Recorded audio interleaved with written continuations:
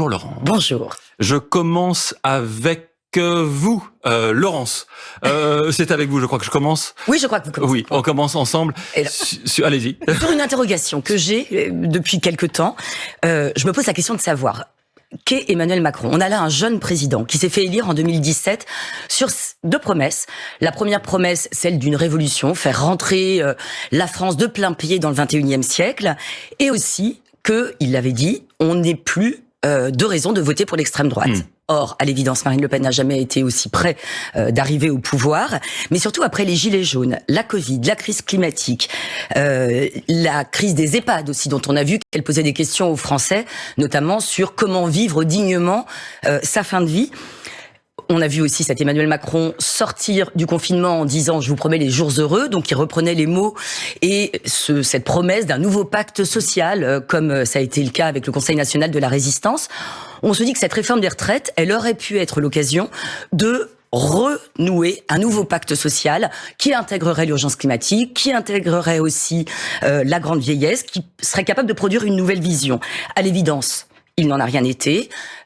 Et on se retrouve aujourd'hui avec quand même des scènes où on voit des jeunes se battre pour défendre une retraite qu'à l'évidence aussi, ils ne toucheront jamais, dont on sait que financièrement, finalement, elle n'est pas très ambitieuse et qu'on sera probablement obligé de la remettre sur le métier dans 5 ans. Et donc je me demande où est passé ce jeune président révolutionnaire de 2017 qui aujourd'hui nous conduit, ou en tout cas nous conduit pas très loin d'une Marine Le Pen à l'Élysée en 2027. Pour résumer, un peu tout ça pour ça. Tout ça pour ça. Avec vous, Nathalie Saint-Cric, et c'est presque d'ailleurs Saint-Cric, le cirque que raconte, le cirque que raconte ce moment politique que nous vivons en ce moment. Et je vais m'appuyer sur l'interview ce matin dans Le Parisien de Bruno Le Maire qui dit « Sortons du cirque dans lequel on est en train de tomber toute la vie politique ». Alors pour aider Bruno Le Maire, je vais donner quelques pistes. D'abord, Anne Hidalgo, qui certes n'a pas réquisitionné au moment de la loi El Khomri, mais a quand même fait appel à des boîtes privées pour évacuer les poubelles, qui a donné l'ordre à certains grévistes de changer de quartier de manière à ce qu'en 3 jours on ne voit plus rien, et qui aujourd'hui clame plus exactement son opposition à réquisition. Voilà pour Anne Hidalgo. Deuxièmement, Elisabeth Borne, qui passe 3 semaines à nous dire, ou 1 mois, que le 49.3 c'est mal, que c'est très mal, qu'il ne faut pas, et qui finalement nous dit que c'est bien. Comment voulez-vous qu'on s'y retourne? Je reprends l'expression de Bruno Le Maire qui parle d'un attelage clownesque, c'est-à-dire qu'on risque effectivement demain de retrouver Mathilde Panot, Marine Le Pen et Charles de Courson voter la même motion de censure. Voilà. Et puis un autre petit élément, j'ai entendu hier soir Éric Zemmour expliquer à quel point pendant la campagne il échangeait avec Jean-Luc Mélenchon, comme si c'était des bons copains. Ils se donnent des conseils sur la campagne électorale. Tout ça, ça frise la mascarade. Bon, je vais arrêter. Il y a aussi Aurélien Pradier qui change de position par rapport à LR. Laurent Wauquiez qui dit qu'il s'en mêle pas alors qu'il tire les ficelles. Édouard Philippe qui soutient Macron sans le soutenir tout en le soutenant et qui est aux abonnés absents. Voilà, enfin, dernier conseil. À Bruno Le Maire qui nous donne des leçons. À la question ce matin posée par nos confrères du Parisien, qui est la majorité sort en lambeaux du débat sur les retraites. Point d'interrogation. Que répond Bruno Le Maire? Non, elle en sort grandie. Donc si on veut rater le cirque, faudrait peut-être dire la vérité. Et cherchons et trouvons peut-être une boussole, parce que là, effectivement, on a du mal à s'y retrouver. Et dans le cirque, il y a vous savez, les acrobates. Et les acrobates ont peur du vertige, et c'est le grand vertige. Françoise Presso. Oui, c'est le grand vertige, parce qu'on a beau chercher, on n'arrive pas à savoir aujourd'hui, à l'heure présente, qui a vraiment la main. Alors l'exécutif, ça n'en parlons pas, il n'a pas d'allié à l'Assemblée, il est tenu pour responsable du climat de tension qui a engendré le recours au 49.3, il apparaît complètement paralysé. Maintenant, vous regardez les oppositions parlementaires. Bon, elles jubilent, elles sont à l'offensive. 2 motions de censure déposées demain, mais au fond, quelle est la chance pour que l'une aboutisse? Elles sont, sur le fond, très divisées face au risque de dissolution et elles n'ont pas de projet alternatif crédible. L'intersyndicale, elle a bien mené sa barque jusqu'à présent, mais elle n'a pas obtenu ce qu'elle demandait, le retrait des 64 ans pour le moment, et elle risque d'être débordée par des actions violentes que la CFDT refusera de cautionner. Jean-Luc Mélenchon, il rêve d'un soulèvement populaire qui le vengerait de l'ostracisme pratiqué à son égard par les organisations syndicales, mais pour le moment, on n'en voit pas la trace. Ça, c'est qu'est-ce qui va se passer les jours à venir? Est-ce que la jeunesse va se mobiliser? Pour le moment, non. Marine Le Pen, objectivement, je trouve qu'elle est la grande absente de ce conflit, alors qu'elle prétend toujours être l'opposante numéro 1. Bref, tous les acteurs sont faibles et on guette l'événement qui changera la donne. Et on n'est pas du tout certain qu'il se produise. Donc, il y a une hypothèse qui est celle du pourrissement, où chaque camp campe sur ses positions, raison, son dépit, sa faiblesse, et auquel cas le seul grand gagnant de ce conflit, ce sera la défiance politique qui est déjà très forte et qui risque de monter d'un cran. Ah, vous écoutez toutes les trois, il y a une chanson de Renaud qui me revient en mémoire. C'est quand qu'on va où? Il y a un peu ça. Aujourd'hui, on se pose un peu la question. On va la poser à notre invité, peut-être pas comme ça. Aurore Berger, l'invité de Questions Politiques. France Inter. Questions Politiques. Thomas Negaroff. Bonjour Aurore Berger. Bonjour. Je ne sais pas si vous êtes fan de Renaud, merci. On vous reçoit au cœur d'un moment politique et social très tendu dans notre pays. Vous avez été en première ligne. Vous étiez avec Emmanuel Macron jeudi midi quand il a pris la décision d'utiliser le 49.3. Vous étiez aussi dans l'hémicycle au moment d'une séquence qui fera date, je pense, dans l'histoire de la Ve République, le chaos à l'Assemblée, Elisabeth Borne qui peine à se faire entendre. Cet après-midi, je n'ai pas envie de revenir non plus sur le comportement de ceux qui ont tout fait pour bloquer le débat, qui ont refusé d'échanger idée contre idée, programme contre programme, et se sont contentés de multiplier les insultes, les excès et les attaques. Et les cris, au moment même où je m'exprime, n'en sont qu'une preuve supplémentaire. Ce sont les mêmes qui n'ont cessé de remettre en cause notre procédure parlementaire, nos institutions et donc notre démocratie. Quel est votre sentiment à ce moment-là, précis? Je vois une femme qui est, elle, extrêmement digne. Et pour travailler avec elle tous les jours, très courageuse, face à une espèce de, je sais pas, de harpie, en fait, à l'Assemblée nationale. Vous savez, quand on est entré dans cette majorité relative, il y a une petite musique qui revenait assez régulièrement, qui était de dire, vous verrez, ça va être une chance, cette nouvelle Assemblée. Déjà, moi, je pense que c'est jamais une chance d'avoir 88 députés d'extrême droite et d'en avoir 74 d'extrême gauche. C'est pas une chance, en vérité, pour la démocratie que l'extrême gauche et l'extrême droite soient si fortes. Puis, il y avait une deuxième musique qui était de dire... C'est le résultat de la démocratie. Oui, c'est un des résultats. Mais est-ce que pour autant on doit s'en féliciter, s'en réjouir et dire que c'est une chance? Moi, je le crois pas. Je pense plutôt qu'il faut les combattre et donner des bonnes raisons, en effet, pour qu'ils puissent reculer. Puis il y avait une deuxième petite musique qui était de dire finalement, si la conflictualité revient à l'Assemblée, elle va baisser dans la société. C'est évidemment l'inverse qui se produit. À partir du moment où vous donnez l'impression que ce qui devrait être le cœur vivant de débat, de la démocratie, qu'on ne sait même plus s'écouter, se respecter, s'entendre, qu'on n'a plus d'humanité qui s'exprime dans cette Assemblée, pourquoi elle s'exprimerait à l'extérieur? Et forcément, ça ne s'exprime pas à l'extérieur. Oui, mais enfin, vous avez quand même la responsabilité, c'est ce fameux 49.3. Pendant 4 jours, vous dites non, on fera tout faire pour l'éviter, on va aller au vote, et puis, voilà, décision brusque, on va au 49.3. Est-ce que vous pouvez nous raconter le moment de la décision d'Emmanuel Macron, les arguments échangés, comment ça s'est passé dans le huis clos? Est-ce qu'on vous a demandé votre avis aussi? Je vais tout vous raconter, j'ai aucun problème à revenir en détail par le menu sur ce qui s'est passé ces derniers jours. On s'est vu 3 fois avec le président de la République jeudi à 8h15, à midi et à 14h. On s'est vu dans plusieurs configurations, mais autour de la table, il y avait à la fois les présidents de groupes politiques dont je fais partie, les présidents de partis et un certain nombre de membres du gouvernement, notamment Olivier Dussopt qui a porté cette réforme, Gabriel Attal et évidemment la Première ministre. Donc il y a plusieurs questions qui se sont posées en fait tout au long de cette journée. Moi, vous le savez, la position que j'ai portée, que mon groupe parlementaire a portée, c'était le cas aussi d'ailleurs de Jean-Paul Mattei pour le MoDem, c'était qu'on souhaitait aller au vote de manière très claire, pour plusieurs raisons. Déjà, quand on est député, on peut pas dire qu'on ne souhaite pas aller au vote, ou alors il faut faire autre chose. On veut débattre et on veut évidemment pouvoir voter. Et je pense que le vote a cette fonction extrêmement précieuse en démocratie, de transparence et de clarté. Il n'y a plus un moment de petite combinaison. On est chacun face à son pupitre, on est pour, on est contre, ou éventuellement on s'abstient et on n'est pas là. Et je pense que ça permettait aussi de remettre en responsabilité ceux qui pendant des années avaient appelé à cette réforme, notamment les LR, et qui là au dernier moment se sont habilement finalement plantés. On va revenir là-dessus, mais racontez-nous quand même dans cette la journée. Ce qui s'est passé, c'est ça, c'est-à-dire un moment, on s'est posé la question à la fois de questions politiques, est-ce qu'on souhaite ou non aller au vote et prendre le risque du vote, même si ce vote devait être perdu, puisque à partir du moment où il y a un vote, et il y avait, vous l'avez bien vu, un niveau d'indécision majeur, de risque majeur. Donc il y avait cette question à trancher. Et est-ce qu'une majorité... Ce qui est normal en démocratie d'accepter le défaite. Mais vous savez, moi, je suis première à devoir le constater. Oui, bien sûr. On est en majorité relative. Majorité relative veut dire qu'on peut être mis en minorité. Et qu'il faut accepter ce fait politique-là nouveau de pouvoir avoir une majorité mise en minorité. Quel est l'argument majeur qui a fait que vous n'avez pas osé aller au vote? L'argument majeur, vous savez, le 49.3, celui du président de la République. C'est la prérogative, j'allais dire, ultime du président de la République République et de la Première ministre.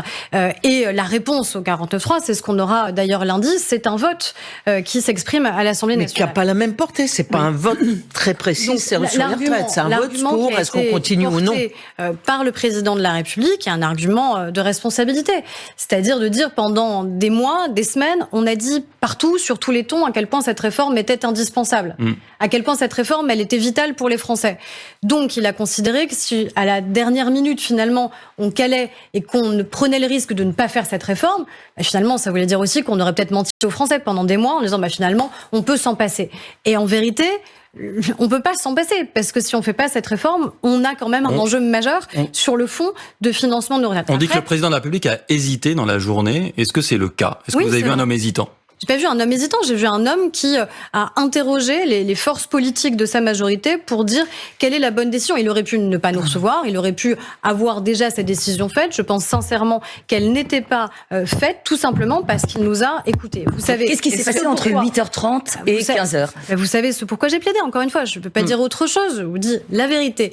Je voulais aller au vote. Mon groupe voulait aller au vote. Alors, à 15h, toujours, vous vouliez aller au vote. On a 170 députés du groupe Renaissance qui auraient voulu voter pour cette réforme. Parfois, on s'étant fait engueuler sur le terrain, mais qui voulaient assumer par leur vote concrètement, leur prise de position. Ça, on a compris. Je vais poser 2 questions précises. D'abord, est-ce que vous considérez qu'aujourd'hui, au vu de ce qui se passe, que c'était gagnable, le vote? Et qu'en gros, dans le doute, vous vous êtes abstenu, si j'ose dire, d'aller au vote. On dit que c'était à 2 ou 3, que ça s'est joué. Est-ce que vous n'avez pas un petit regret en vous disant, finalement, on aurait dû y aller, on aurait dû foncer? Peut-être que certains LR auraient basculé. Ça, c'est ma première question. La deuxième, si le vote avait été non, que se serait-il passé dans les heures qui ont suivi? Il y aurait eu une dissolution, chacun serait rentré chez lui. Ah, vous faites non, mais elles sont simples, les 2 questions. Non, elles sont pas tout à fait simples, et vous le savez bien. Puisque vous étiez favorable au vote. Alors, ma conviction intime, c'est qu'on pouvait gagner ce vote. D'accord, et vous continuez intime, c'est qu'on pouvait gagner ce vote. Parce que je crois que les petites combinaisons des uns et des autres, parce qu'à la fin, il va quand même falloir interroger ce pourquoi ce vote n'a pas eu lieu. Et ce vote, il n'a pas lieu du fait d'un groupe qui n'en est plus un, d'un parti qui n'en est plus un. On laisse il vous a manqué 2 ou 3, paraît-il. Donc, du côté d'Horizon, ils sont aussi. Il y en a quelques-uns et du. Moi, j'ai vu une majorité qui était solide. Pardonnez-moi, quand on n'arrive pas à convaincre des gens, c'est pas forcément de la faute des gens.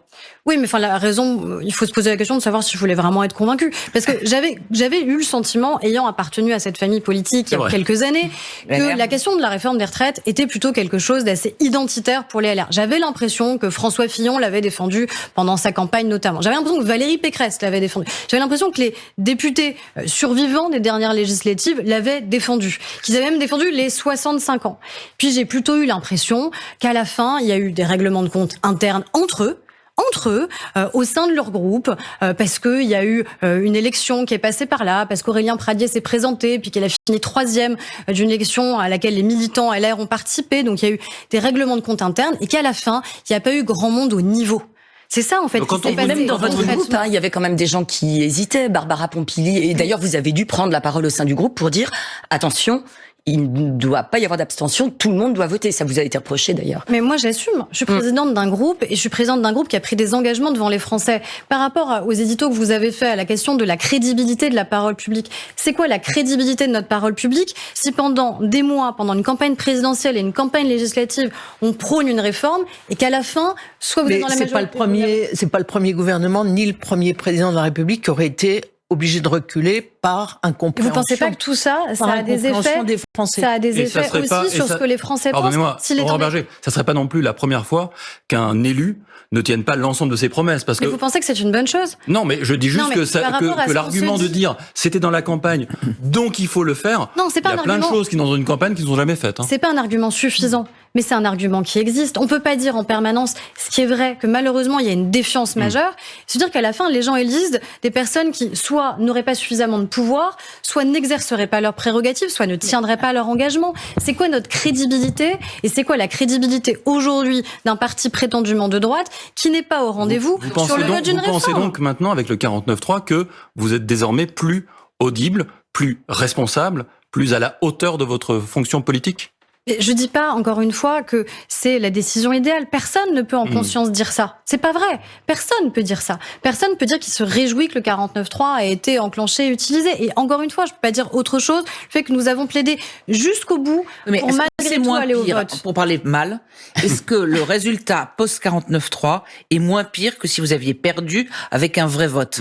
Je peux pas répondre à cette question. Mais si, c'est parce que vous plaidiez pour quelque chose, donc il y a eu un arbitrage entre le moindre mal. C'est encore une fois de la politique fiction. Je ne sais pas, je ne peux pas dire quelles auraient été les conséquences d'un vote potentiellement perdu, puisque le vote n'a pas eu lieu. Ce que je vois, c'est les conséquences aujourd'hui d'un 49.3. Et surtout, ce qui est important pour moi, c'est pas les partis politiques, c'est les Français. Et est-ce que aujourd'hui ils peuvent comprendre la décision qui a été prise? Est-ce qu'ils peuvent l'accepter? Et surtout, comment on fait pour retisser le lien? Parce que quoi qu'il arrive, après lundi, on passera à autre chose. Alors, avant d'aller à lundi, le temps politique, en tout cas, sur la réforme des retraites va s'arrêter lundi. Françoise. Une dernière précision. Est-ce que vous avez senti qu'il y avait une différence entre le point de vue d'Elisabeth Borne et d'Emmanuel Macron? Autrement dit, est-ce que la Première ministre aurait voulu aller au vote, ou est-ce que vous avez senti un exécutif unique? Parce que vous avez assisté à la décision. J'ai vu aucun décalage entre leurs positions. Et parce que je les ai vus tous les deux jusqu'au bout, tout faire pour engager un vote. Très sincèrement. Sinon, on ne se serait pas vu 3 fois ce jour-là pour justement essayer de prendre la meilleure ou la moins mauvaise des décisions. J'avais envie de vous poser la question, comment est-ce qu'on en est arrivé là? À qui la faute? Et j'avais comme proposition LR, Elisabeth Borne, Emmanuel Macron, la réforme en elle-même. Tout le monde. Pour vous, c'est LR. Point final. Là, il y en a quand même, de manière évidente, certains qui ont calé au dernier moment, en contradiction parfaite avec ce qu'ils ont toujours prôné eux-mêmes. Donc ça, vous pouvez pas dire le contraire. On peut que constater malheureusement que ceux qui ont, depuis 10 ans... Mais vous ne regardez pas que l'arbre et pas la forêt? Excusez-moi, mais en l'espèce, c'est des petits arbres qui ont manqué pour compléter la forêt et faire en sorte qu'il y ait un vote qui puisse éventuellement être gagné. Et donc, il n'y a pas de responsabilité de votre part, à la fois peut-être en pédagogie, en cafouillage, mais il y a deux choses différentes. Pour moi, il y a deux questions différentes. Il y a une question sur l'appréciation que les Français portent sur cette réforme, où là, évidemment, il y a une responsabilité collective. Et il y a une autre question, c'est 49.3 ou vote, et quelle est la responsabilité sur l'absence de vote. Et là, pour moi, c'est très clair sur ceux qui sont responsables du fait qu'à la fin, l'exécutif prend cette décision d'enclencher le 49.3. Il y a quand même une responsabilité sur le fait que, même avec la meilleure volonté du monde, on n'a rien compris depuis le début. C'est-à-dire qu'en gros, y compris en s'adressant à tous les cabinets, à tous les savants et tous les sachants, en dehors de manifestement Monsieur Zemmour, qui lui a compris depuis le début, on n'a jamais compris si les 1200 c'était pour tout le monde. Enfin, maintenant, on a compris que non. On n'a jamais compris si c'était vraiment mieux pour les femmes. On n'a jamais compris ce qui se passait quand on avait commencé à travailler à 14, 16, 18, 20, 21.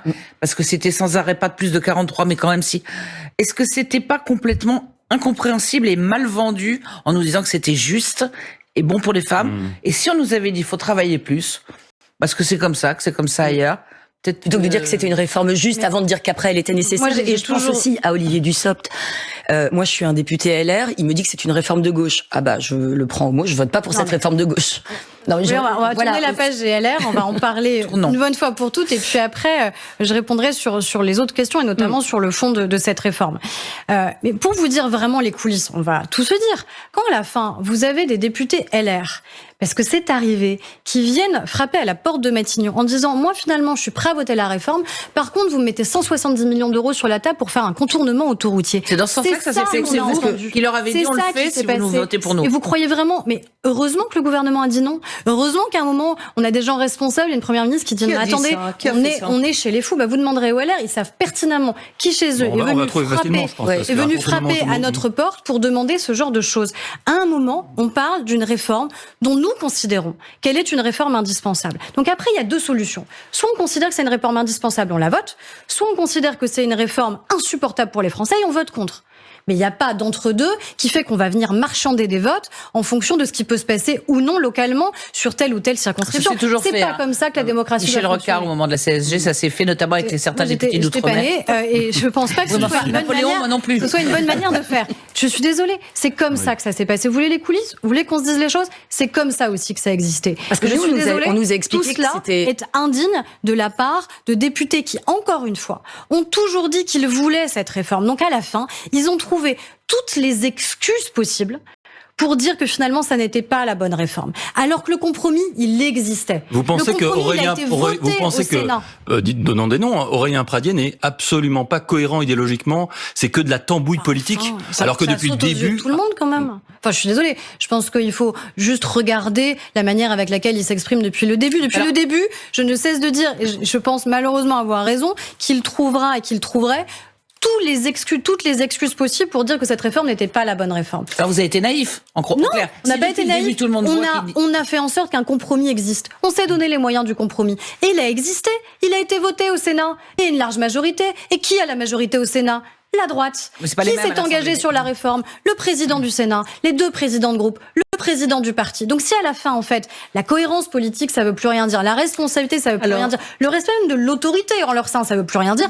En vrai, je suis désolée, mais c'est quand même eux que ça doit regarder, sans compter, et vous l'avez dit, Nathalie Saint-Cric, ceux qui se sont planqués. Il était où, Laurent Wauquiez ? Comment on peut vouloir être candidat à la présidentielle et ne même pas s'exprimer publiquement ? Édouard Philippe a pas fait beaucoup. J'imagine quand même que Laurent Wauquiez, vous avez été nombreux à espérer pouvoir l'inviter sur vos plateaux. C'est vrai. Et j'imagine qu'il a donc refusé toutes les demandes d'interview qui lui ont été faites pour dire dans quelques mois, évidemment, à quel point cette réforme a été mal pensée, mal organisée, mal faite. À la fin, il s'est planqué. Quand on veut diriger ce pays, on ne se planque pas, surtout sur une réforme pareille.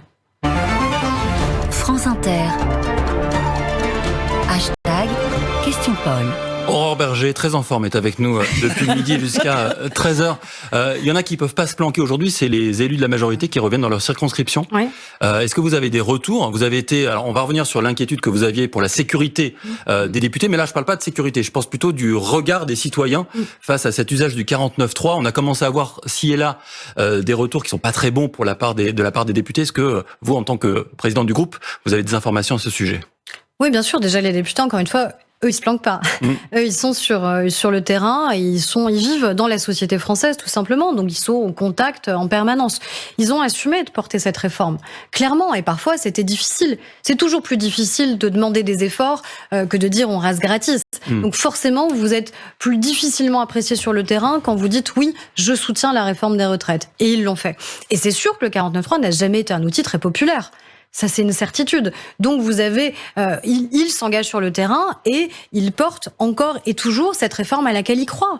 Moi, ce que je ne veux pas, c'est qu'on rebascule dans ce qu'on a connu au moment des mouvements des Gilets jaunes. Et vous croyez pas qu'on y est un petit peu là ? C'est notre responsabilité collective d'espérer qu'on n'y arrive pas, parce que je vois pas en quoi ce serait bon pour la démocratie. Je veux pas qu'on ait, c'était le sens en effet de mon interpellation au ministre de l'Intérieur, des députés, et quels qu'ils soient, puisque je l'ai dit évidemment dans ce courrier, qui demain craindraient l'usage de la violence pour à la fin que leur vote change. Parce que c'est ça le message qui nous est passé. Il faut arrêter de penser que la violence, elle est gratuite. Elle est jamais gratuite. C'est-à-dire, si vous voulez pas, votez pas comme je vous demande de voter, alors il y aura des conséquences. Et c'est quoi les conséquences ? Normalement, dans la démocratie, elles sont politiques, les conséquences. C'est qu'éventuellement, on soit battu. Ça, c'est la démocratie. Les conséquences, ça peut pas être avoir un préfet qui vous appelle en disant, comme c'est arrivé au moment des Gilets jaunes, l'école de vos enfants, elle est mise sous protection. Parce qu'on a des alertes qui vous appellent en disant écoutez, vous allez faire en sorte de changer d'itinéraire tous les soirs pour rentrer chez vous parce qu'on a des alertes. Ça, c'est inacceptable en démocratie. Est-ce que dans votre groupe, vous avez reçu des alertes dernièrement là-dessus ? Est-ce que depuis le 49.3, il y a des alertes très précises là-dessus ? Le ministre de l'Intérieur a été très clair, il a donné des instructions très claires au préfet pour que les permanences et les domiciles des parlementaires, on va dire plus exposés que d'autres sur cette réforme, soient évidemment protégés. Donc les préfectures ont pris attache avec les parlementaires. Bien marché, chez Ciotti par exemple. Malheureusement, vous voyez bien qu'on peut pas éviter tous les faits de violence. Mais quand j'entends la réaction de la CGT sur ce qui s'est passé sur la permanence d'Éric Ciotti, qui condamne à peine, en fait, qui dit finalement on peut comprendre. Non. Enfin, il faut que tous, on puisse de manière très républicaine et très claire dire que la permanence d'un parlementaire, encore plus son domicile, la personne d'un parlementaire, en fait, ça n'est pas possible. Ça n'est pas possible qu'on puisse craindre physiquement sur ce qui peut nous arriver. On doit craindre, quelque part, des conséquences politiques. Ça, c'est la vie et la démocratie, mais pas d'autres conséquences. Je rappelle que la permanence de Éric Ciotti à Nice a été caillassée dans la nuit avec un message lui imposant quasiment de voter la motion demain. Donc ça, vous condamnez évidemment ce de violence, oui. Françoise. La violence dont vous parlez, est-ce qu'elle n'est pas liée aussi au fait, d'ailleurs les divisions de LR aussi, au fait que votre réforme est perçue comme attaquant en priorité les milieux populaires, les classes populaires, celles qui ont déjà beaucoup souffert de tout ce qui s'est passé ces derniers temps. Et là, comment est-ce que vous dites, bon, la réforme elle est indispensable, mais comment vous pouvez la cautionner si elle heurte les personnes qui sont les plus en difficulté dans la société? Et des personnes, je prolonge juste, et des personnes, en tout cas c'est le discours syndical, qui ont été en première ligne, je pense aux éboueurs ou aux autres, lors de la crise du Covid. Mais parce que moi je suis intimement persuadée que si cette réforme n'existe pas, toutes celles et ceux dont vous parlez, qui sont en première ligne, qui ont les plus bas niveaux de revenus, sont ceux qui vont trinquer le plus fort. C'est pas autour de cette table qu'on craint potentiellement pour l'avenir, nous, personnels de nos retraites. On a peut-être, heureusement, des moyens financiers qui font qu'on peut faire autrement que par un régime par répartition et de solidarité. Ceux qui ne peuvent pas se passer du régime de solidarité intergénérationnelle, c'est justement ceux qui, aujourd'hui, ont les plus faibles revenus et sont souvent dans les métiers qui sont les plus exposés. Vous répondra, il y avait d'autres moyens de rééquilibrer, c'était pas les faire travailler plus. La gauche a voté la réforme Touraine.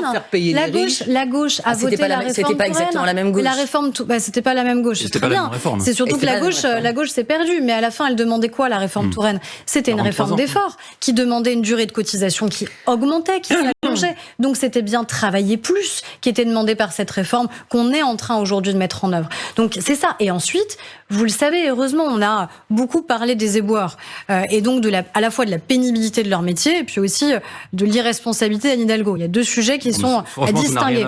Ils sont deux sujets qui sont à distinguer. Non, mais c'est étonnant que vous le disiez. Ben non, mais parce qu'on en parle en général quand on me pose la question, on me pose les deux questions. Ben nous, non, vous êtes toutes seules là. Donc écoutez, j'anticipais, pardon. Mais sur la pénibilité de leur métier, c'est évident que des personnes qui travaillent pour chaque jour être derrière des bennes, ramasser nos ordures, n'ont aucunement vocation à travailler jusqu'à 64 ans. Et il n'a jamais été prévu que ce soit le cas. À aucun moment. Dans la réforme qui sera adoptée définitivement demain, si la motion de censure passe pas, il y a 1 milliard d'euros sur un fonds de prévention. C'est pour qui, la prévention? L'objectif, c'est quoi? C'est peut-être de faire en sorte que les hommes, parce que c'est majoritairement des hommes qui sont éboueurs, à partir de peut-être 50, 55 ans, en fait, on fasse en sorte qu'ils exercent d'autres métiers. Qu'ils puissent se reconvertir, qu'ils puissent se former. C'est pas tout ce qui est bon. On se dit qu'ils vont travailler plus, c'est pas ça qu'on leur demande. Est-ce que vous êtes député, est-ce qu'il n'aurait pas fallu davantage commencer par le fameux travailler mieux, qui sera un nouveau chantier manifestement législatif à venir, plutôt que de d'abord commencer par les retraites? C'est par exemple Dominique Méda, sociologue du travail, dit c'est une provocation d'avoir fait cela dans ce sens-là. Mais parce que c'était aussi un préalable pour faire en sorte qu'on puisse financièrement faire en sorte que le travailler mieux existe. Vous financez comment? C'est ça la question aussi en responsabilité qui doit être posée. Et ça, c'est quelque chose qui est contesté. Et en vérité, aussi. je pense, pas Dominique Méda, mais je pense qu'un certain nombre de ceux qui politiquement utilisent cet argument n'auraient pas plus voté la réforme des retraites demain parce que le calendrier aurait été différent. Je pense que c'est objectivement un argument qui, de leur part en tout cas, n'est pas entendable. Mais ce qu'il faut, c'est bien ça, c'est se projeter là-dessus. Typiquement, on a eu un accord entre les organisations syndicales sur le partage de la valeur. Moi, je souhaite qu'on n'attende pas.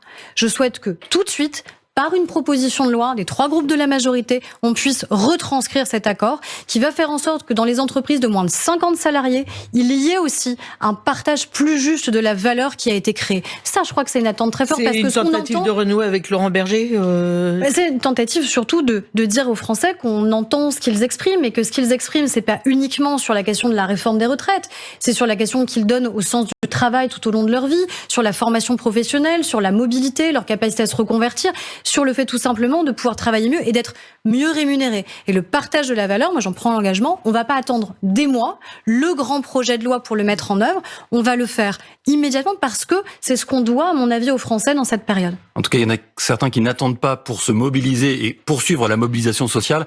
C'est notamment les salariés de la CGT. Hier à Marseille, il y avait beaucoup de monde sur le Vieux-Port et Olivier Matteux, patron de la CGT des Bouches-du-Rhône, qui espère d'ailleurs peut-être remplacer un jour Philippe Martinez, a pris la parole. Vous allez voir, comme on dit dans le Sud, ça défouraille. Mardi, c'est tout le département qu'on va passer à sobriété énergétique. Ça va rouler, mais doucement, mais doucement. Airfobeb devrait nous féliciter. Mercredi, des assemblées générales de partout pour décider à la fois de la participation à la journée interprofessionnelle nationale de jeudi, mais y compris des modalités de reconduction à mettre en œuvre pour que chacun et chacune prenne part à la victoire que nous sommes en train de construire. Camarades, rendez-vous à lundi, on va les ruiner. On va les ruiner, appel à la manif de jeudi prochain, manif reconductible dans certains secteurs, ça va rouler mais ça va rouler moins vite, dit-il. Tout à l'heure sur BFM, Philippe Martinez a dit « Je ne comprends pas que le gouvernement et surtout le président ne prennent pas au sérieux nos alertes ». Est-ce que vous craignez un blocage profond, puissant et long de notre pays ?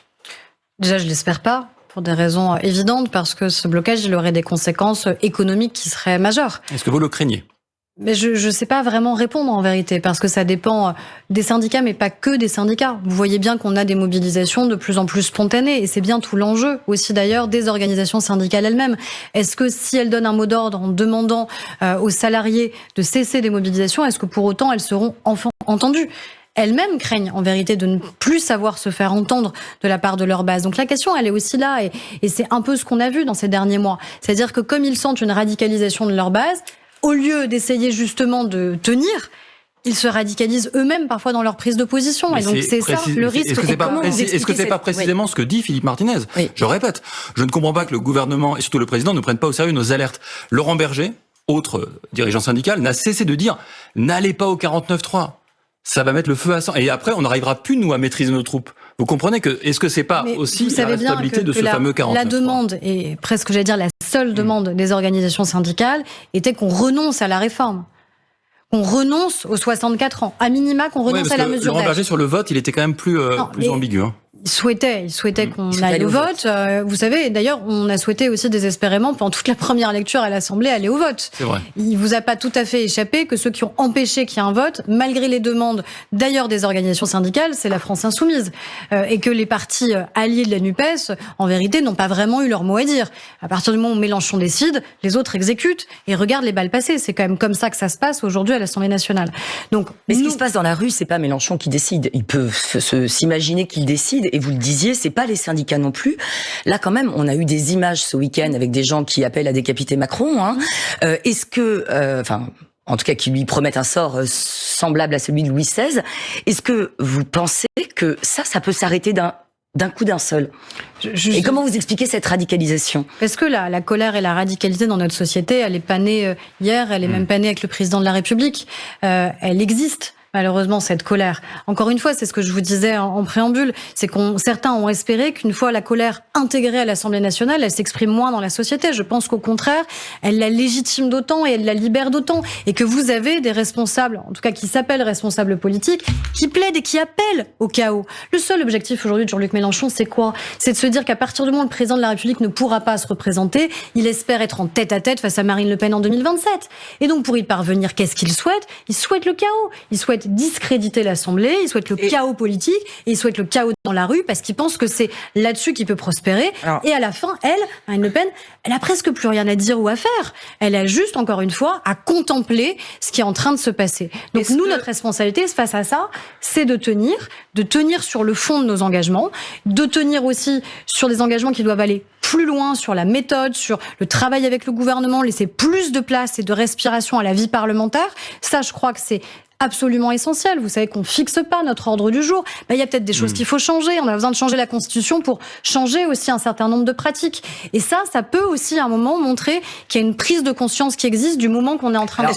Je sais que vous n'étiez pas né au moment de Michel Rocard, mais vous dites quand même qu'il y a une dégradation des mœurs et Françoise en a parlé tout à l'heure quand on voit l'Assemblée nationale, la façon dont on a traité Elisabeth Borne. Moi qui ai connu Edith Cresson, je pense que c'était un peu moins pire. Bon, est-ce que cette dégradation, vous la ressentez? Est-ce que vous considérez qu'il y a une baisse du niveau de l'expression, du langage, de la politesse, enfin du minimum, comme disait Laurence tout à l'heure? Deuxièmement, est-ce que vous n'en êtes pas responsable un peu? C'est-à-dire que si vous aviez instillé dans votre réforme, comme ça avait été fait sous Sarkozy, une mesure, disons, visant les plus aisés, visant les plus riches, quelque chose qui aurait un petit peu donné l'impression que c'était des difficultés partagées, ça n'aurait pas un peu calmer les choses. Donc, je résume, c'est pire qu'avant, c'est pareil qu'avant.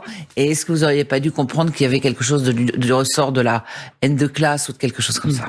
Moi, je suis parlementaire depuis 6 ans, donc je peux uniquement parler de ce que je vis dans cet hémicycle. Et puis, je suis placée pile au milieu, à équidistance des deux extrêmes. Donc, je vois malheureusement et j'entends ce qui se passe. Ce que les Français savent peut-être moins, c'est que quand ils entendent ce qui se passe à l'Assemblée, en vérité, ils entendent très peu de ce qui s'y passe. Vous le savez, les micros à l'Assemblée, ils captent pas l'ambiance. Et c'est tout petit. Donc, quand vous entendez des hurlements à la télévision, c'est vraiment qu'il y a un niveau de brouhaha tel qu'on ne peut plus s'entendre.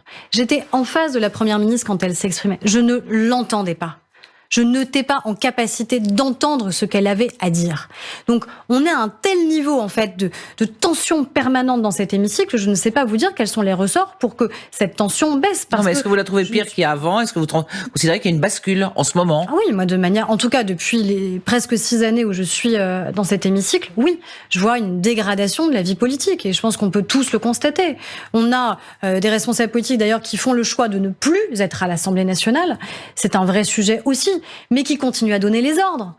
Jean-Luc Mélenchon était à la tribune cette semaine parce qu'il avait envie de contempler son œuvre.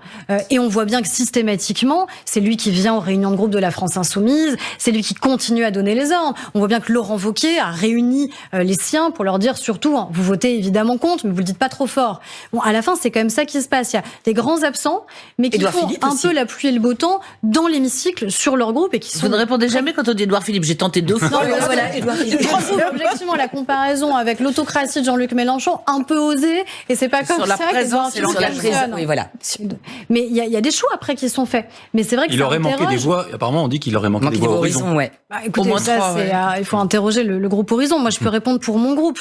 Et pour mon groupe, je sais qu'il en aurait pas manqué. Donc oui, je crois qu'il y a une dégradation, mais que cette dégradation, elle est volontairement orchestré, organisé, pour dire aux Français, finalement, tout cela n'a plus beaucoup d'importance, ce qui se passe à l'Assemblée, parce qu'il y a un tel niveau, justement, de tension permanente. Finalement, les Français risquent de s'en détourner. Encore une fois, il y a des coups de projecteur braqués sur cette nouvelle, enfin, ce qui a en tout cas été résumé comme une nouvelle Assemblée nationale au mois de juin. Et progressivement, tout le monde va s'en détourner si ça n'est que de la conflictualité et du chaos. Et donc ça, c'est la responsabilité d'abord de la majorité, en effet, et du gouvernement, d'arriver à faire en sorte de recréer du consensus, mais on ne peut pas non plus être responsable à la place de tous les autres, y compris quand au dernier moment ils calent pour des raisons qui n'ont rien à voir avec la réforme. Françoise. Au rang des inquiétudes, il y a le bac demain, des parents d'élèves inquiets. Est-ce que vous pouvez garantir, est-ce que le gouvernement a pris des dispositions pour que les épreuves se déroulent normalement ou pas?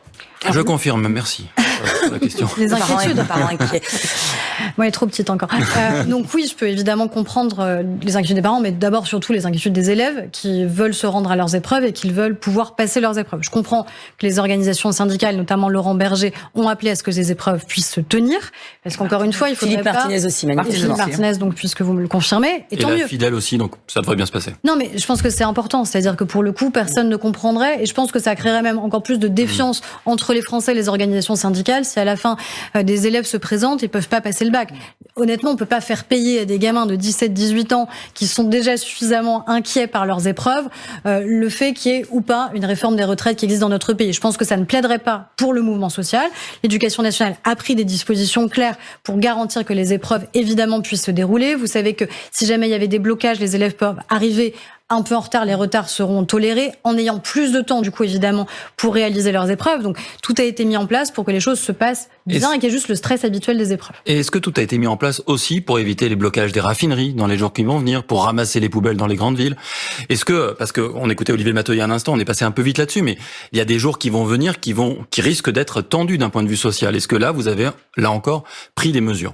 Il y a une anticipation évidemment qui doit exister en permanence et vous avez bien vu que quand on a eu des risques importants sur la question du ravitaillement des stations-service, il y a des réquisitions qui ont existé. Donc je pense que là-dessus, il ne faut pas avoir la main qui tremble. En aucun cas, ceux qui doivent aller travailler ne peuvent être empêchés d'aller travailler. Et d'ailleurs, c'est le cas. Aujourd'hui, vous avez un certain nombre de mobilisations sociales qui font que des gens qui sincèrement veulent aller travailler, quel que soit d'ailleurs leur avis sur la réforme des retraites, qui parfois n'ont pas d'autre choix, surtout que d'aller travailler tout simplement pour gagner leur vie, en sont empêchés. Et c'est des journées de salaire que eux aussi perdent.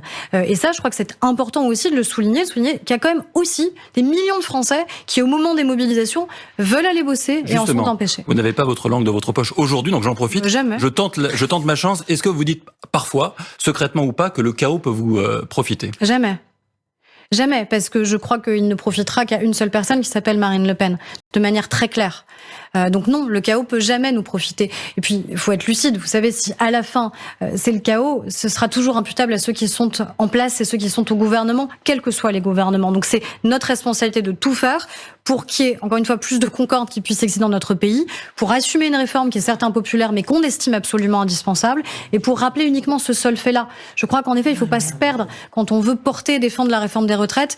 On le fait d'abord parce qu'elle est indispensable. France Inter. Thomas Negaroff. Aurore Berger, présidente du groupe Renaissance, députée des Yvelines, est avec nous jusqu'à 13h en direct sur France Inter et France Info à la télévision.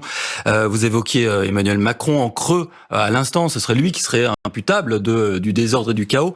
Je ne sais pas si demain le gouvernement tiendra le choc, on va en parler, des motions de censure. Mais est-ce que plus profondément, vous n'avez pas le sentiment que le macronisme vit très très mal ce passage du 49.3 et qu'il met en lumière peut-être ses faiblesses structurelles? Je sais pas si c'est le macronisme, vous l'avez bien vu, le recours au 49.3, je crois qu'on peut pas à 100% l'imputer à celui qui à un moment en prend la décision.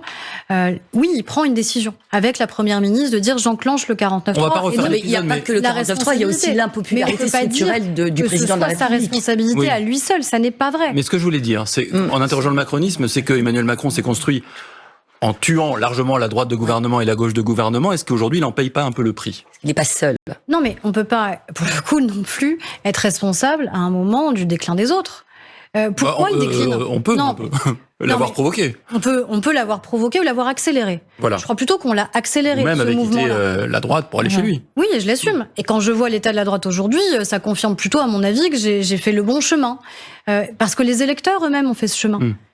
Quels seraient les électeurs demain qui auraient envie de voter pour une droite qui ne s'assume plus et qui ne veut même pas une réforme des retraites par juste anti-macronisme primaire? Quels sont les électeurs de gauche raisonnables et responsables qui peuvent avoir envie de voter pour un parti socialiste qui est complètement soumis à Jean-Luc Mélenchon aujourd'hui? On a eu des faits au sein de l'Assemblée nationale qui, pendant ce débat des retraites, ont en effet été particulièrement honteux, indignes. Et à la fin, qui a osé les dénoncer? Côté NUPES, une seule personne, André Chassaigne, qui a pris la parole. Il n'y en a pas un qui l'a applaudi. Il n'y en a pas un qui s'est levé. Qui s'est levé pour applaudir André Chassaigne, président du groupe communiste, quand il a dénoncé les comportements indignes de la France insoumise? La majorité. Pas un député communiste, pas un député socialiste, pas un député écologiste. Et vous aviez toute la horde de la NUPES qui prenait en note, parce que je pense qu'il y a peut-être des petites notes qui sont prises comme ça sur les uns et les autres, parce qu'en vérité, qu'est-ce qui se passe? Ils ont une trouille bleue, c'est que la dissolution puisse un jour exister, et ils savent que si LFI présente des candidats face à eux, ils n'existent plus. Donc ils ont tout vendu à un accord électoral. Et ils ont vendu aussi, je pense, profondément leur honneur politique. Alors votre pronostic pour demain? On va avancer. Deux motions de censure. Est-ce qu'il y a un risque de dissolution, de renverser le gouvernement, ou est-ce que vous pensez que finalement les LR vont rentrer dans le rang? Ah mais ça c'est la question qu'il faut leur poser, parce qu'encore une fois, on en revient à une seule question. Est-ce que la réforme des retraites est une réforme indispensable ou est-ce qu'elle est une réforme insupportable pour les Français? Si pendant des semaines, des députés LR sont venus sur vos plateaux dire à quel point cette réforme était mal conçue, mal faite, etc., faut qu'ils assument. Faut qu'ils assument et qu'ils y aillent et qu'ils votent la censure. Donc vous dites allons à la dissolution? Non, je dis allons à la clarté. La clarté, vous savez très bien qu'il vous en faut 30, il en faut 30 pour vous renverser, pas vous spécifiquement, et vous savez très bien que vous les aurez pas. Non mais, encore une fois, donc, en gros, vous êtes tranquille. Et je précise quand même pour que ce soit clair pour tout le monde. C'est une question qui leur est posée. Motion de censure votée n'implique pas dissolution. Non, mais le président lui-même a été assez clair, et je crois qu'il faut assumer cette clarté-là. Si demain une motion de censure était adoptée et donc le gouvernement renversé, je pense qu'il faut assumer et dire dans ces cas-là, on y retourne. Et moi, j'ai aucun problème à assumer de retourner devant les Français, de retourner à l'élection en ayant porté la réforme des retraites. Alors vous avez vu la manœuvre de Jordan Bardella qui dit au fond, s'il y a dissolution, nous on garantit aux LR qui voteront la dissolution de ne pas mettre de candidats en face. Est-ce que ça vous fait peur? Est-ce que ça peut être de nature, au fond, à convaincre LR de partir dans une autre aventure? Je pense que c'est très habile de la part de l'extrême droite, évidemment, d'avoir fait ça, parce que ça les place dans un corner. S'ils votent pas la censure, Ça veut dire qu'ils étaient donc pour depuis le début cette réforme des retraites et que tout ce qu'ils ont dit n'avait évidemment pas de sincérité, parce que c'est la question que vous m'avez posée sur Aurélien Pradier et qui pourrait être posée sur d'autres. À la fin, encore une fois, si cette réforme, elle est vraiment, comme ils la décrivent, absolument insupportable pour les Français, alors il faut surtout pas qu'elle entre en vigueur. Donc il faut censurer le gouvernement. Ou alors, c'est une réforme indispensable, comme nous le croyons, qui permet de faire en sorte que notre modèle soit protégé, et alors on ne vote pas la censure. Pour vous, demain, c'est un moment de vérité ? Ouais, c'est un moment de clarté, déjà, parce qu'encore une fois, il y a un vote. Et ceux qui votent la censure seront donc les seuls députés qui s'opposent à la réforme des retraites. Donc ceux qui ne votent pas la censure, clairement, diront qu'ils soutiennent cette réforme. Ça, c'est habilement retourné. Bravo. C'est pas faux. C'est pas faux, mais c'est pas entièrement vrai. C'est ce qu'a dit un peu Elisabeth Borne aussi. Elisabeth Borne, doit-elle partir? Peut-elle rester? Si oui, longtemps, pas longtemps? Est-ce que ça sert à quelque chose de remanié? Et comment on fait pour renouer avec les Français? Alors, je sais que c'est une question... Non, mais attendez, il est 50, donc on voudrait savoir un petit peu, en gros, qu'est-ce que vous faites pour reprendre pied? Mais déjà, reprendre pied, c'est le débat parlementaire et la vie parlementaire. Parce qu'à la fin, elle a été asséchée ces dernières semaines, de facto. Asséchée parce qu'on n'a pas pu avoir de débat, en vérité, en tout cas à l'Assemblée nationale, et finalement pas tant que ça d'ailleurs au Sénat, sur le cœur de ce qu'est la réforme des retraites. Donc notre enjeu, c'est ça. C'est comment on va revigorer le débat et la vie parlementaire. Et avec qui ? Ce que je dis au gouvernement, et ce que j'ai dit à la Première ministre, laisser plus d'espace, encore une fois, aux initiatives parlementaires. Vous avez votre prérogative de fixer l'ordre du jour. Allons plus loin, soyons plus audacieux pour faire en sorte que ce soit d'abord peut-être des propositions de loi qui puissent exister. Parce que les propositions de loi qu'on a portées, elles ont souvent été adoptées à l'unanimité. Oui, il y en a d'autres aussi que vous avez portées, qui ont divisé la majorité. C'est compliqué, C'est toujours compliqué, la politique. Oui. Mais à un moment, il faut prendre ses responsabilités. Et surtout dans un moment qui est un moment où il y a un tel niveau de sensibilité avec l'opinion publique. Est-ce que Emmanuel Macron doit parler très vite ? Je crois qu'il a une parole qui est très attendue des Français. Tout de suite, dès la semaine prochaine. Tout de suite, il y a pas. Je sais pas. C'est lui qui définira à un moment son calendrier. Et c'est à lui de le fixer, à lui seul. Après, oui, je crois que dans une 5e République telle qu'elle existe aujourd'hui, la parole la plus importante reste évidemment la parole du chef de l'État. Mais on est dans un moment un peu aussi de bascule institutionnelle, sans avoir besoin de réforme des institutions. Parce que j'allais qui dire fait qu'on a une démocratie parlementaire qui s'affirme et à laquelle on n'est pas forcément habitué. Vous avez dit il faut un peu changer la Constitution, ça veut dire quoi ? Non, je pense que sans changer la Constitution, on peut changer les pratiques. Non, j'ai dit que justement, sans changer la Constitution, on pouvait réussir à changer un certain nombre de pratiques institutionnelles qui existent, notamment en laissant, encore une fois, plus de pouvoir et de prérogatives au Parlement. Ce qui suppose en effet d'avoir des gens avec lesquels vous êtes en capacité de réformer. Et là...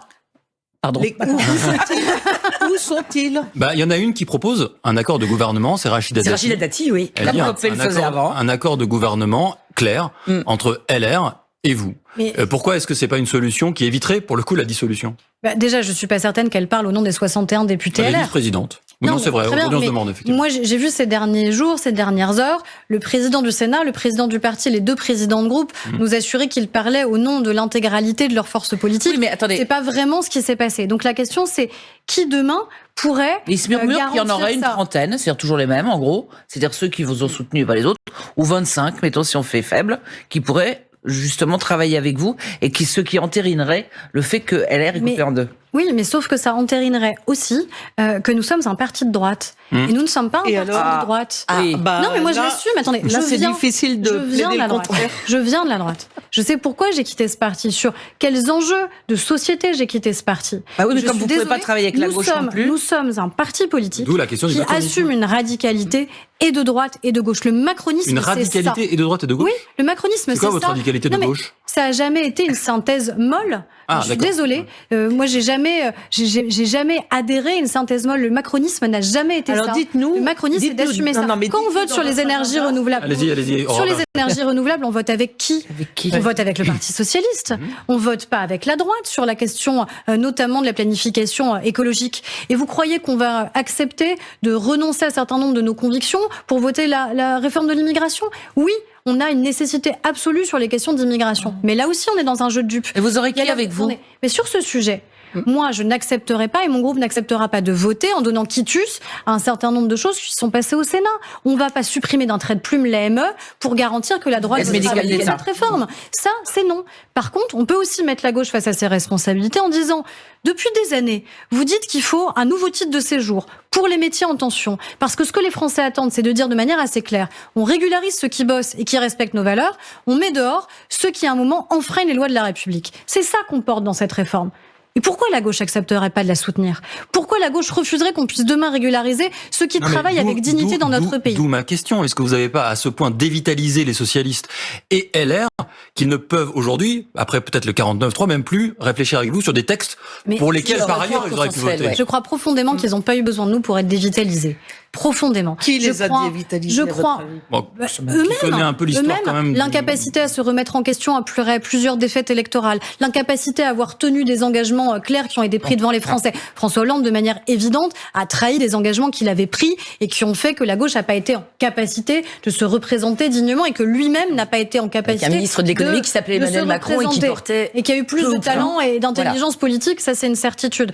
Donc, à la fin, c'est ça qui s'est passé. Mais aujourd'hui, on a des partis de gauche qui, en vérité, n'existent que du fait d'un seul homme qui s'appelle Jean-Luc Mélenchon et qui leur dit attention, vous allez travailler avec qui?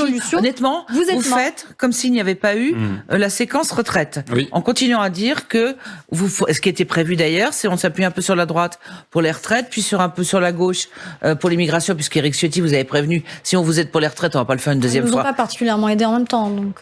Non mais bon, ils auraient voulu, mais ça n'a pas marché. C'est pas intentionnel, c'est qu'ils se sont crus probablement capables de le faire. Enfin, c'est ce qu'ils disent. C'est pas intentionnel. Vous savez, si on avait voté cette réforme et qu'à la fin j'avais été invité sur votre plateau et que dans mon groupe il avait manqué des voix, vous m'auriez dit dites donc, il faudrait faire autre chose. Vous êtes pas rassurez-vous, quand on l'aura, on le dira. Donc, oui, non, mais donc à un moment, quand vous êtes chef, vous êtes là, comme disait Jacques Chirac, un chef c'est fait pour cheffer. Donc si à la fin tous les chefs, au final, n'y arrivent pas, c'est peut-être qu'il y a un problème plus profond dans leur parti politique. Caduque. C'est-à-dire, en gros, est-ce qu'on peut faire comme avant? Faire comme s'il n'y avait pas eu la retraite et vous dire que vous allez en gros être capable de trouver des majorités successives avec des appuis successifs, puisque c'est un peu la philosophie du macronisme, pour immigration, travail, parce que c'est quand même important. Et je reprends, comme disait François tout à l'heure, est-ce que vous espérez un jour faire revenir Laurent Berger ? Ou est-ce qu'il y a une faille maintenant qui est infranchissable? Alors, est-ce qu'il faut faire comme avant? La réponse est non et de manière évidente. On ne peut pas considérer qu'il ne s'est rien passé dans la période qu'on vient de vivre. Ce qui suppose, ce que je disais, qu'on laisse plus de temps et de place aux initiatives parlementaires, qu'on accepte peut-être aussi de bousculer l'agenda tel qu'il avait été prévu jusqu'ici. Alors, vous préconisez quoi, par exemple, dans la hiérarchie des textes? Mais moi, je pense qu'il est plus qu'urgent, évidemment, que la question du travail soit sur le devant de la scène. Et la question de l'accès à la santé et aux soins. Qu'est-ce que vous disent les Français au quotidien? Ils vous parlent de ces enjeux-là d'abord, de la rémunération du travail. C'est pour ça que je vous ai dit que nous souhaitions, en proposition de loi, reprendre pour retranscrire immédiatement l'accord des partenaires sociaux sur le partage de la valeur. Donc c'est-à-dire l'immigration, on peut attendre un peu? Et c'est pas qu'on peut attendre, parce que c'est un sujet qui est majeur pour les Français à un moment, de savoir quelle est la politique migratoire qu'on veut, qui on souhaite accueillir ou non dans notre pays, qui on souhaite régulariser ou non. Je vous dis juste que pour moi, l'urgence dans les prochaines semaines, s'il doit y en avoir une, c'est de manière évidente la question du travail est mieux, de sa rémunération, de l'emploi des seniors, de l'égalité salariale entre les femmes et les hommes. C'est-à-dire que tout ce qui a éclaté à nouveau parce que nous avons parlé des retraites, doit être traité aujourd'hui. Et c'est ça qu'on doit pouvoir faire. Et c'est là où les syndicats doivent avoir un rôle majeur à jouer. Donc soit ils nous disent, tant que vous maintenez, que vous mettez en œuvre la réforme des retraites, on refuse de revenir à la table, mais quelle serait leur crédibilité à faire ça alors qu'on a des chantiers majeurs à travailler ensemble? Soit ils disent, on a un désaccord majeur, qu'on continuera à avoir, et on considère que la prochaine alternance, il faudra revenir sur cette réforme, mais en attendant, il y a heureusement des choses qu'on peut faire pour faire avancer le pays. Et dans ces cas-là, on peut se mettre autour de la table, avec Laurent Berger, comme avec les autres, pour travailler sur cette question majeure. Est-ce qu'il manifeste des signes d'ouverture comme vous avez l'air de l'entendre? Est-ce qu'autrement, vous vous dites, c'est incroyable, la métamorphose de Laurent Berger? Dernière réponse rapide, s'il vous plaît. Non, mais parce que je pense qu'il faut justement pas tout conflictualiser, parce qu'en fonction des mots qu'on va avoir, on va rendre impossible le fait de pouvoir se reparler à nouveau. Tout simplement. Donc je pense qu'il faut juste faire en sorte qu'à un moment, il y ait tous, on descende un petit peu pour espérer qu'on puisse retravailler ensemble. Merci beaucoup. Merci Françoise. N'est-on pas déjà allé un peu trop loin, en tout cas dans l'heure de l'émission? Certainement. Merci beaucoup Aurore Berger d'avoir été avec nous. Rendez-vous dimanche prochain pour un nouveau numéro de Questions politiques.